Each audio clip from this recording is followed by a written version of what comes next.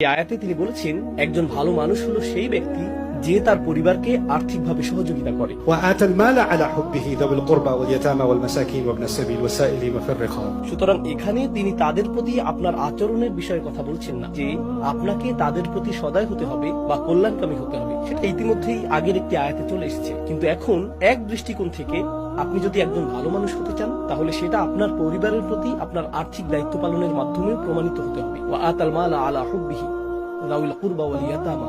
তিনি এটা বললেন, কিন্তু এর ঠিক পরেই তিনি উল্লেখ করলেন ওয়া আকামাস সালাত, সে সালাত প্রতিষ্ঠা করে। তো আমরা আর্থিক বিষয় থেকে আধ্যাত্মিক বিষয়ে চলে আসলাম, আর আধ্যাত্মিক বিষয়ের ঠিক পরেই তিনি আবার বললেন ওয়া আতাজ যাকাত, তিনি আবার আর্থিক বিষয়ে ফিরে গেলেন। অর্থাৎ তিনি আধ্যাত্মিক বিষয়কে আর্থিক বিষয়ের মধ্যে স্যান্ডউইচ করে দিলেন। বিষয়টা যেন এরকম যে আমি ইবাদতপূর্ণ জীবনযাপন করতে পারবো না যদি আর্থিক